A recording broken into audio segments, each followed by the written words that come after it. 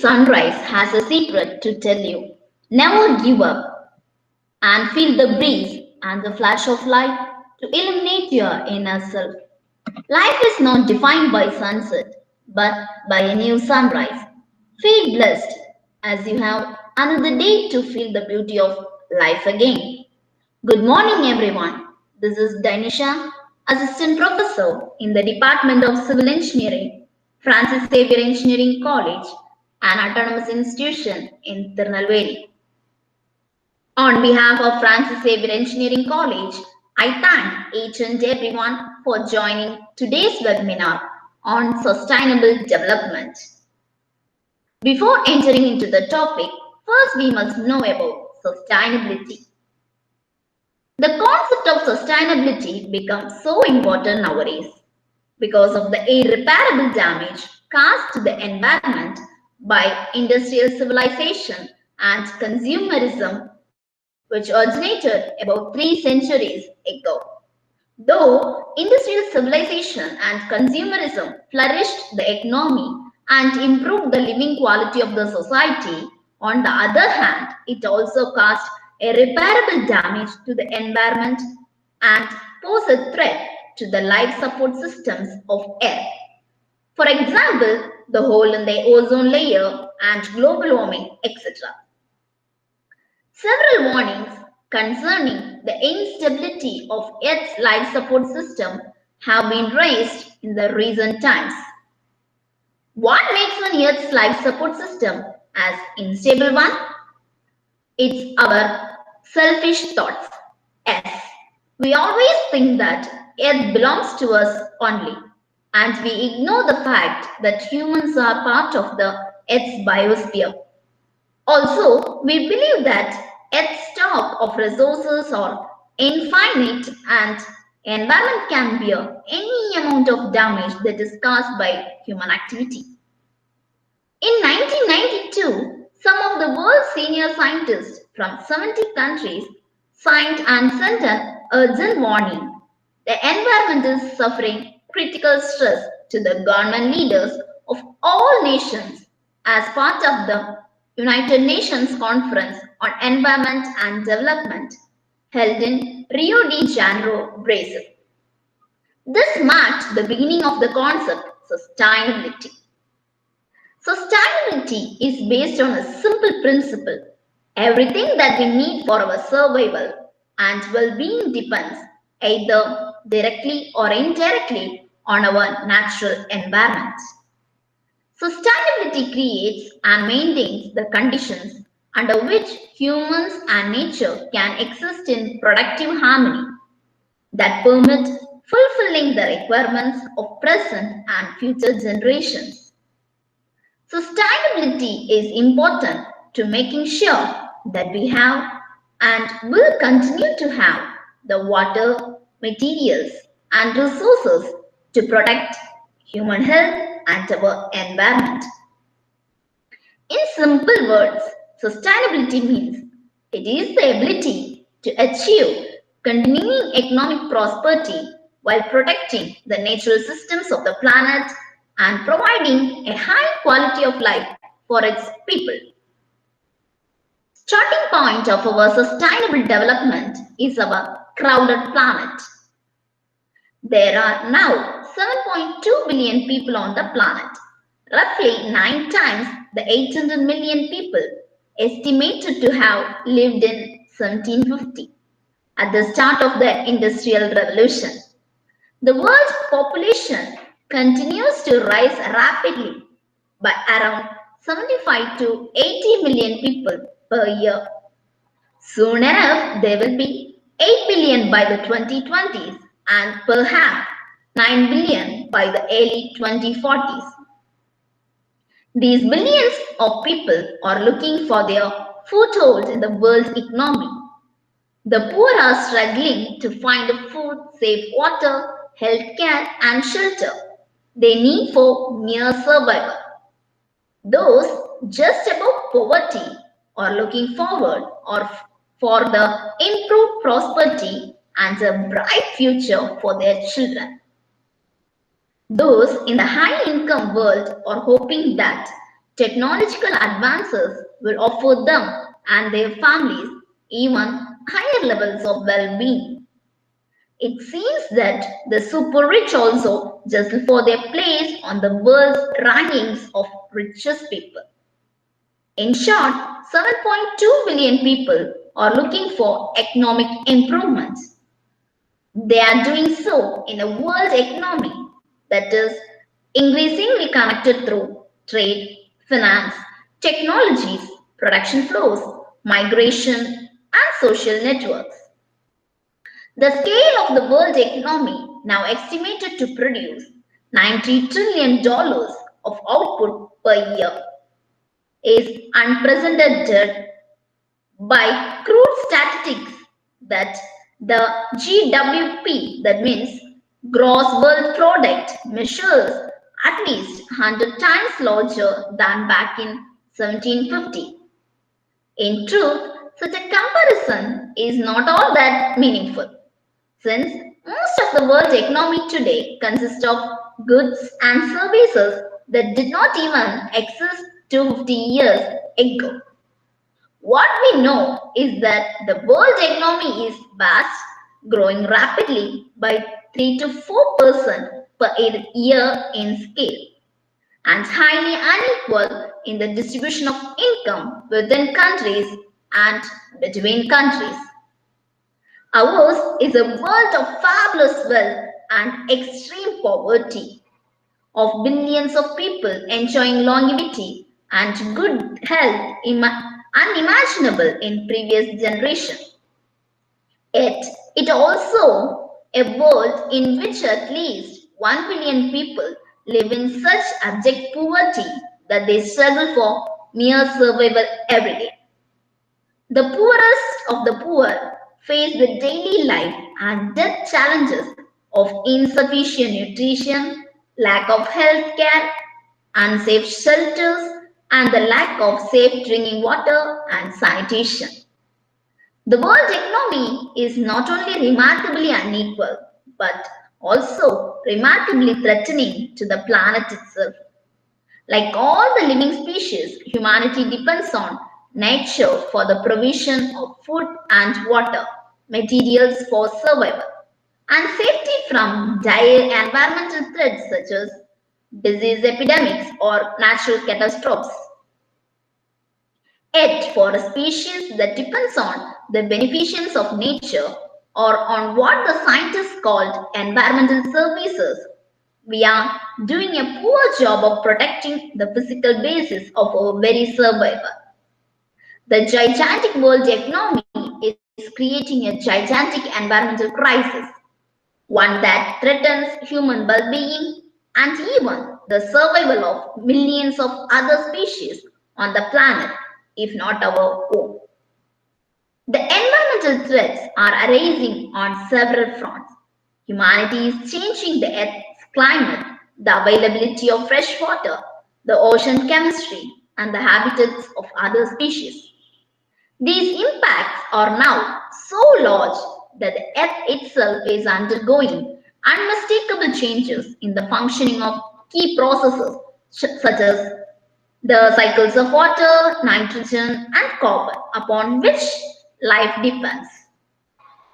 We don't know the precise scaling, timing, and implications of these changes, but we do know enough to understand that they are extremely dangerous and unprecedented in the span of humanity's 10,000 years of civilization.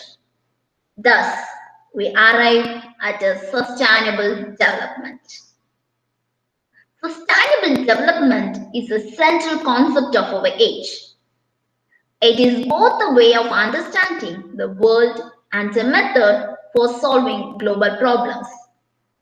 The concept of sustainable development has received much recognition after the Stockholm Declaration in the year 1972.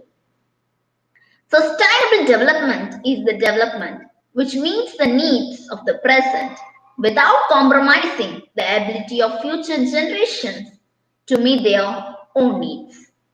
Therefore, the need of sustainable development is to reduce exhaustion of resources, loss of biodiversity, deforestation, ozone depletion, etc., and create a livable planet Earth for the future generations. For this, United Nations presented the key sustainability concepts such as intergenerational equity and intragenerational equity.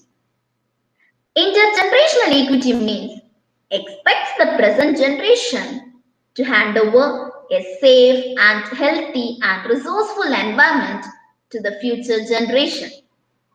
Intragenerational equity means emphasize the technology development should support economic growth of the poorer section so as to reduce the gap between nations.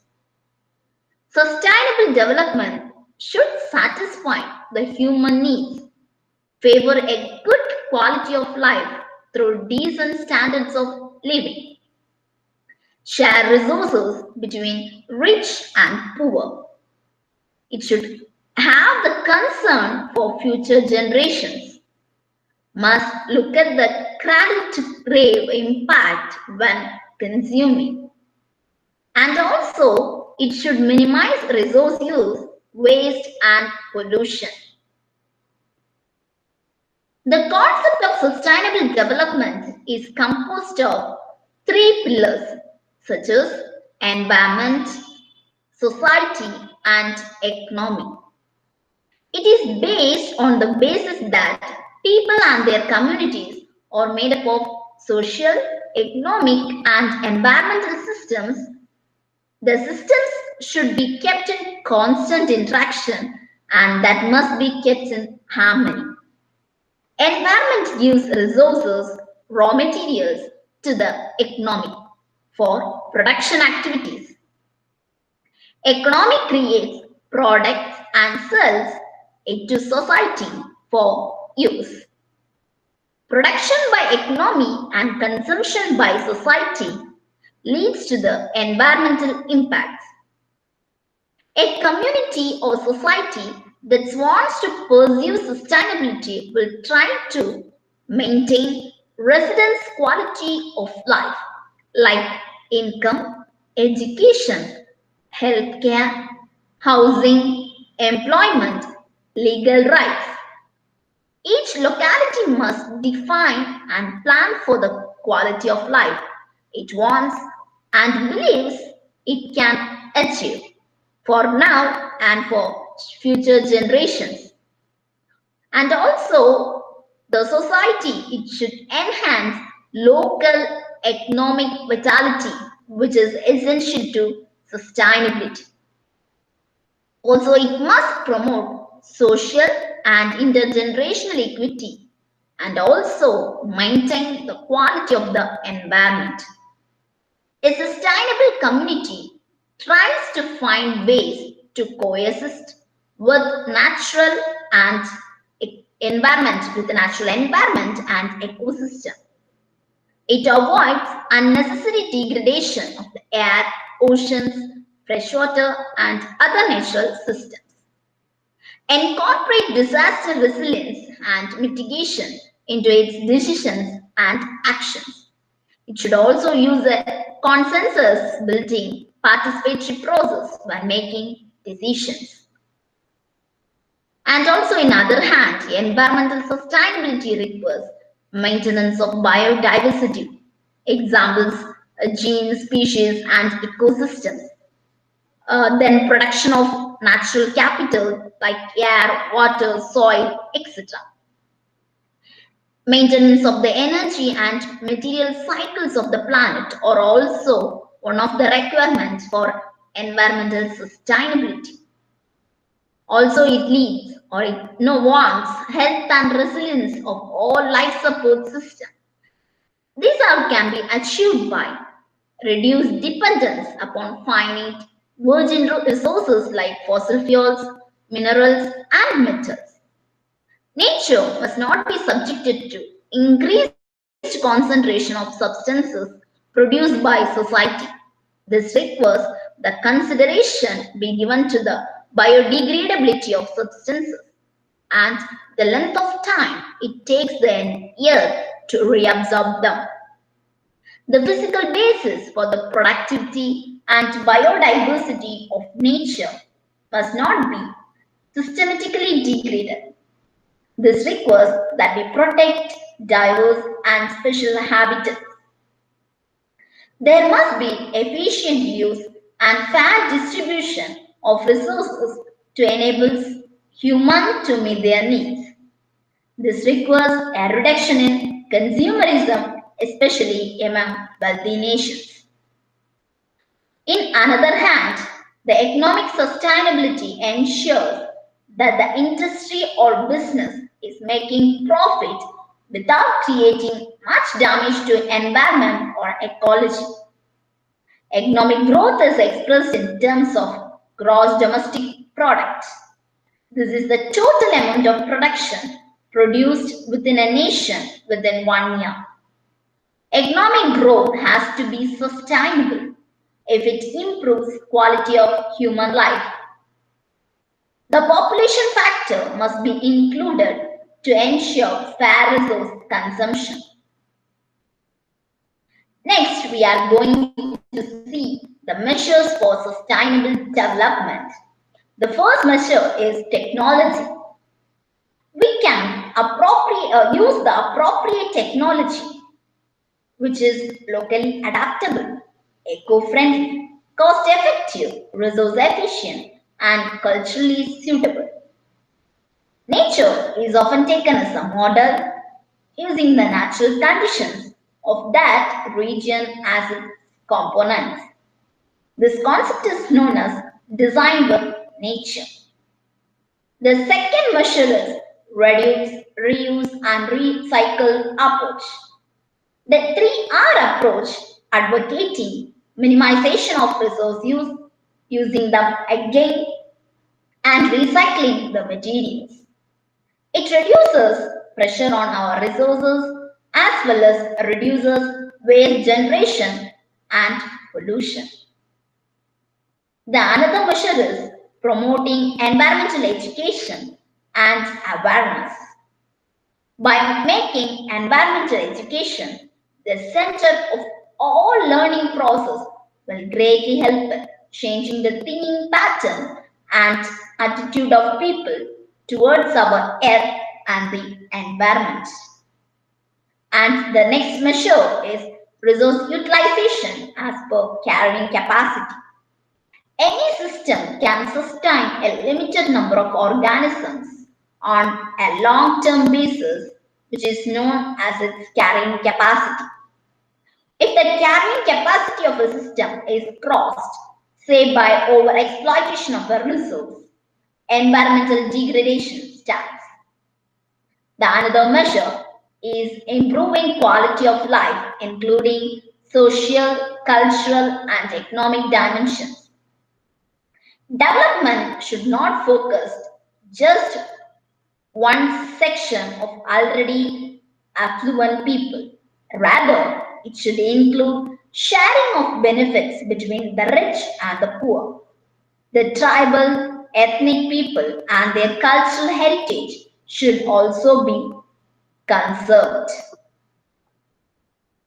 Next, we are going to see about the challenges to sustainable development. The path of the sustainable development can only lead us to the future.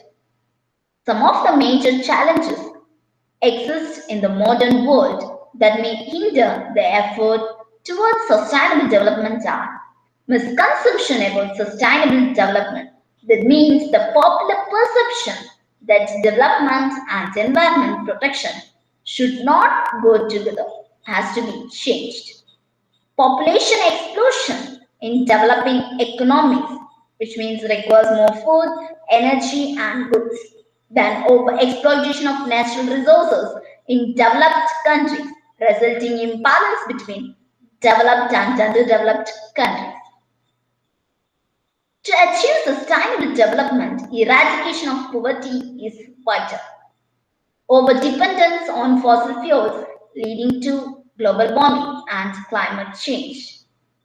Loss in biodiversity, freshwater scarcity, high cost of appropriate technology to tap renewable energy sources, poor solid waste management system, or focusing on mere waste disposal, public awareness, absence of strict environment laws and legislations to control pollution, absence of adequate political and industrial will for moving towards a sustainable future, lack of coordination between the three pillars economy, society, and the environment of sustainable development, also corruption and misuse of sustainable development assistance funds are the major challenges which are facing in sustainable development. The next we are going to see about MEA, which means multilateral environmental agreements and protocols. A multilateral environmental agreement is a legally binding agreement between two or more countries containing commitments to meet specific environment-related objectives. MEA can be expressed as a treaty, convention, agreement, pact, accord, or protocol. MEA is an international legal instrument that has environmental protection or sustainable development as their goal. It should be concluded between a large number of states or international organizations as parties, concluded in written form and governed by international law. The 1972 Stockholm Conference on the Human Development was the first attempt to address interrelationships of environment and development at global level. It adopted first global action plan for environment and established the United Nations Environment Programme. MEAs have flourished in the last 3 decades, especially after the 1972 International Stockholm Conference and the 1992 United Nations Conference on Environment and Development, due to reasons such as response to the gravity of environmental problems and growing understanding of regional and global nature of environmental problems. Next, we are going to see about the environmental legislation in India. The environmental conservation is not a new concept to India. Rather, it is an inseparable part of Indian heritage and culture. Laws that regulate the human interaction with environment are termed as environmental laws. Realizing the importance of environment, our country has made the provisions in our constitution. Article 21, it is saying that the protection of life and personal liberty. Article 48 says protection and improvement of environment and safeguarding of forests and wildlife. Article 51A says about fundamental duties of every citizen of India to protect and improve the natural environment, including forests, rivers, lakes, and wildlife. Some of the major environmental legislation of India are Water Prevention and Control of Pollution Act 1974, Air Prevention and Control of Pollution Act 1981, Environment Protection Act 1986, then Environment Protection Rules 1986. First, we can see about Water Prevention and Control of Pollution Act of 1974.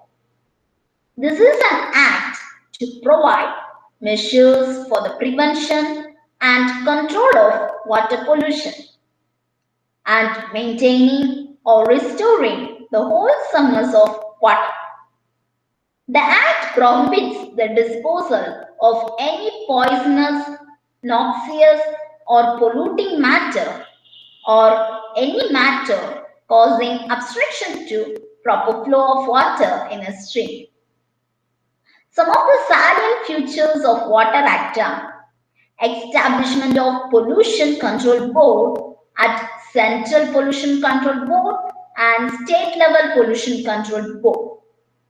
Mandates prior approval of Pollution Control Board for operating, establishing and expanding industrial activities which leads to discharge of industrial effluents. Empowers Pollution Control Board to enter and inspect plant or factories, etc. It also empowers Pollution Control Board to take samples of industrial effluents and do subsequent analysis. It also gives advice to the central or state government on any matter concerning the prevention, control, or abatement of water pollution. The next environmental legislation law we are going to see is Pollution or Prevention and Control of Pollution Act in 1981. The act was passed under the Article 253 of the Constitution of India, which provide measures for the prevention, control and abatement of air pollution. As all we know, air pollution is defined as the presence of any liquid or gaseous substance in the atmosphere in such concentration as may be or tend to be injurious to human being or other living creatures or plants or property or environment. Some of the salient features of Air Pollution Act are empowers Pollution Control Board to take appropriate measures for the prevention, control and abatement of air pollution. Mandates prior approval of Pollution Control Board for operating, establishing and expanding industrial activities that lead to discharge of air pollutants to the atmosphere. Empowers Pollution Control Board to enter and inspect plant or factory, etc. It also empowers Pollution Control Board to take samples of ambient air emissions and do subsequent analysis. It also advises the central government or state government on any matter concerning the prevention, control, or abatement of air pollution. Finally, let me conclude my message by if our developments are not sustainable, then it means we will come to suffer at some point. It may not be us, but the future generation will undoubtedly do. No matter how complex global problems may seem, it is we ourselves who have given rise to them. They cannot be beyond our power to resolve. We must act responsibly so that the resources on the planet will be able to support many generations to come. Be a global citizen, act with passion and compassion. Help us make this world safer and more sustainable today and for the generation that will follow us. That is our moral responsibility. Environment is no one's property to destroy. It's everyone's responsibility to protect. The best way to predict future is to create it. Remember, sustainability begins with you. So act locally and think globally. Thank you. Thank you, one and all.